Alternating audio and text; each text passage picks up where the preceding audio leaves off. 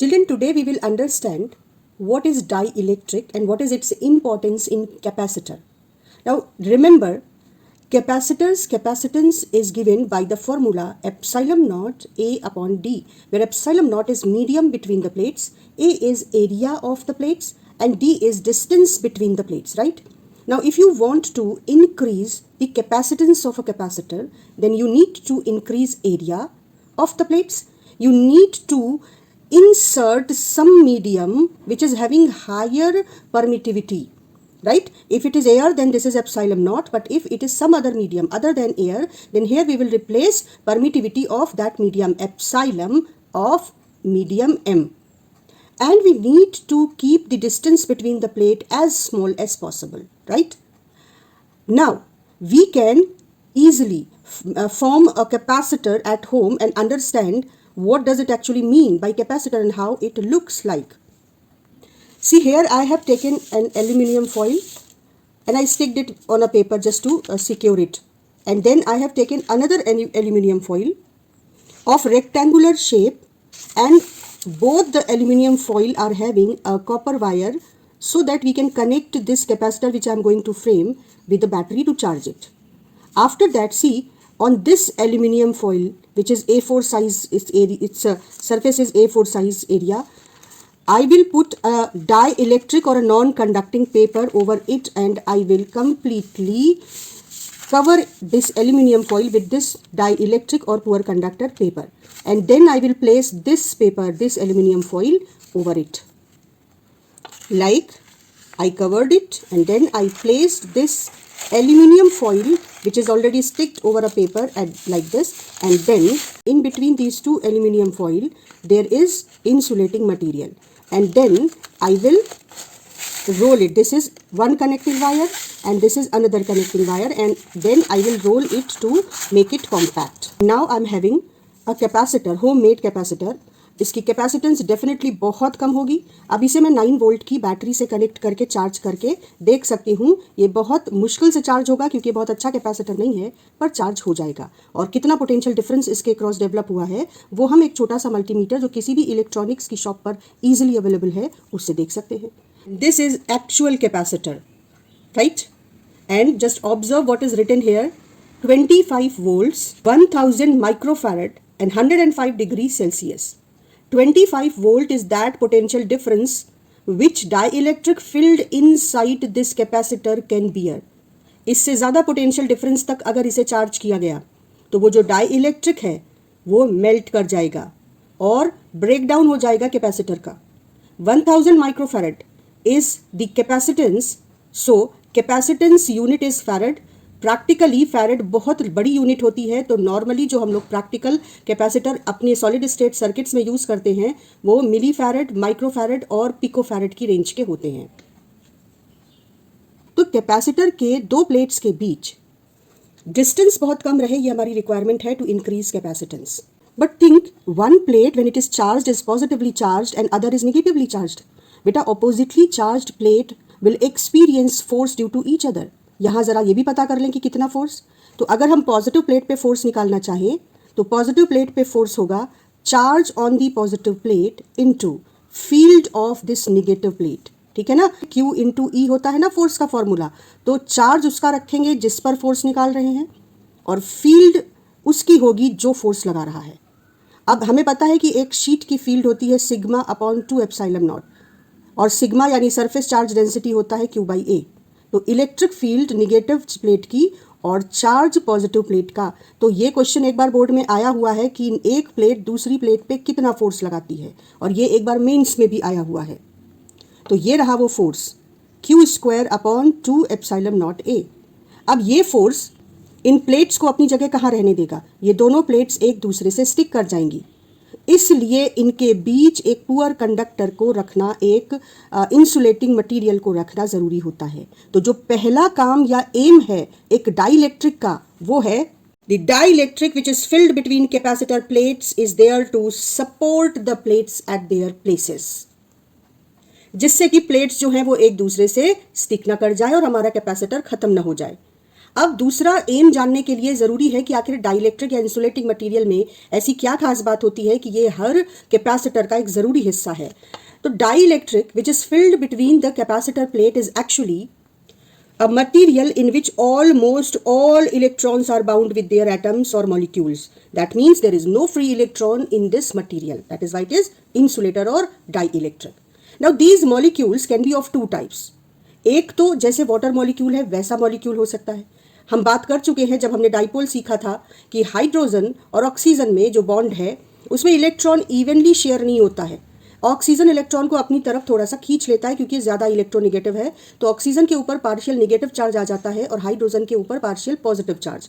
उसकी वजह से ये छोटा सा जो अरेंजमेंट है ये एक डाइपोल बन जाता है, electric dipole with two polarities, equal and opposite charges placed at very small distance.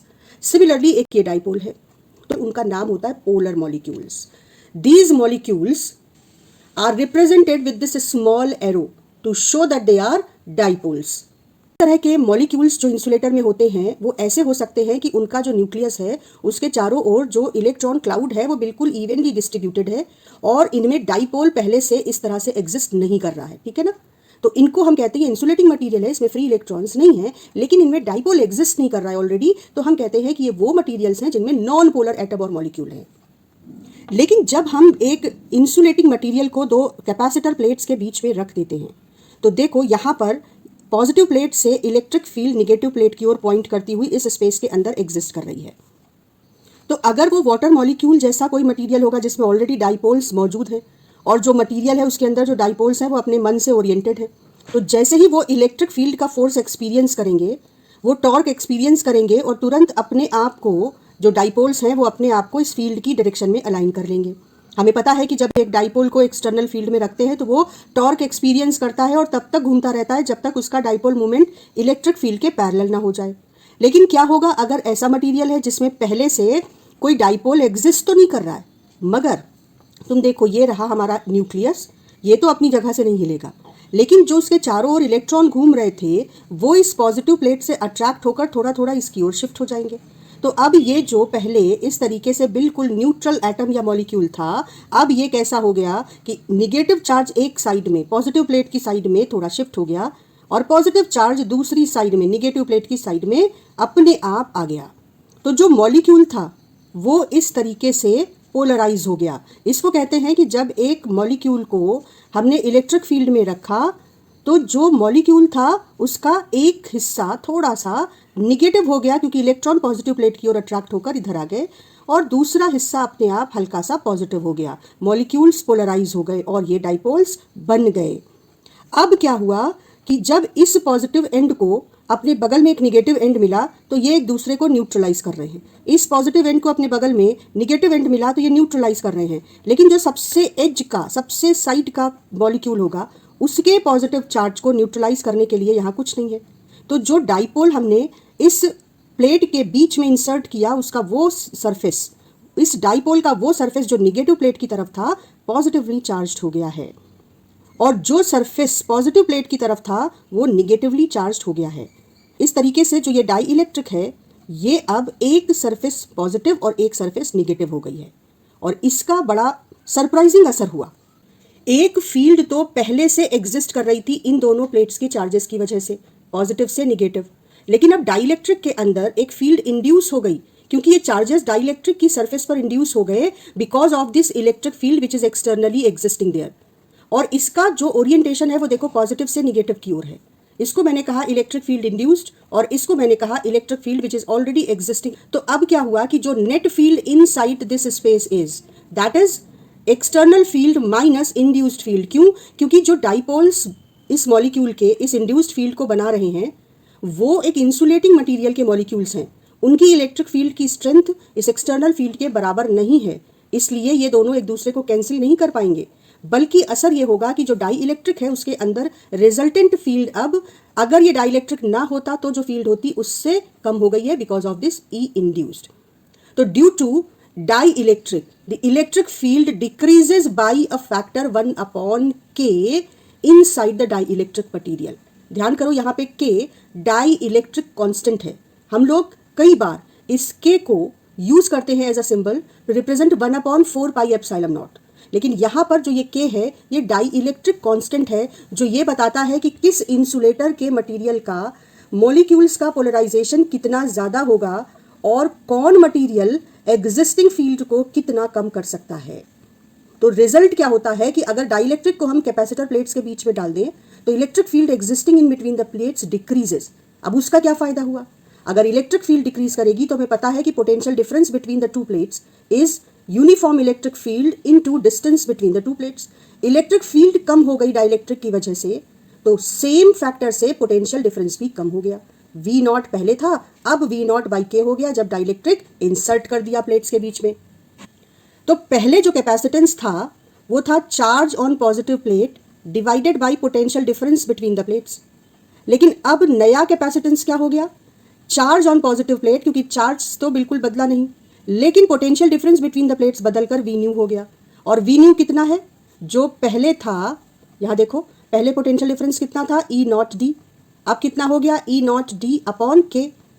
तो इलेक्ट्रिक फील्ड बाई फैक्टर के कम हुई, तो पोटेंशियल डिफरेंस भी बाई फैक्टर के कम होकर यहां रखेंगे तो जो कैपेसिटेंस है वो वी नॉट अपॉन के रखोगे, ये के ऊपर चला जाएगा। क्यू अपॉन वी नॉट तब कैपेसिटेंस थी जब दोनों प्लेट्स के बीच एयर थी, और K times Q upon V naught तब कैपेसिटेंस है जब दोनों प्लेट्स के बीच में एक डाई इलेक्ट्रिक है जिसका डाइलेक्ट्रिक कांस्टेंट के है। हम डाइलेक्ट्रिक कांस्टेंट को भी अभी ठीक से डिफाइन करेंगे, लेकिन डाइलेक्ट्रिक कांस्टेंट ये बताता है कि कौन सा डाई इलेक्ट्रिक कितना पोलराइज होगा, कितनी इलेक्ट्रिक फील्ड इंड्यूस्ड पैदा करेगा, जिससे कि इसके बीच में कितना इलेक्ट्रिक फील्ड घट जाएगी। ये डाइलेक्ट्रिक कांस्टेंट रिप्रेजेंट करता है। तो डाई इलेक्ट्रिक का जो दूसरा यूज है that is to decrease the field inside the capacitance, to decrease potential difference inside the capacitance, so that dielectric increases actually capacitance of the capacitor. तो ये दो काम करता है, एक तो कैपेसिटेंस को बढ़ाता है और दूसरा प्लेट्स को सपोर्ट देता है so that plates are at their own place stable. So finally you note down that dielectric supports capacitor plates and it increases capacitance of capacitor. And dielectric constant, it is defined in different ways. One way is here what we concluded from this discussion, that dielectric constant is that factor by which capacitance of a capacitor increases when that dielectric is filled between the plates of a capacitor.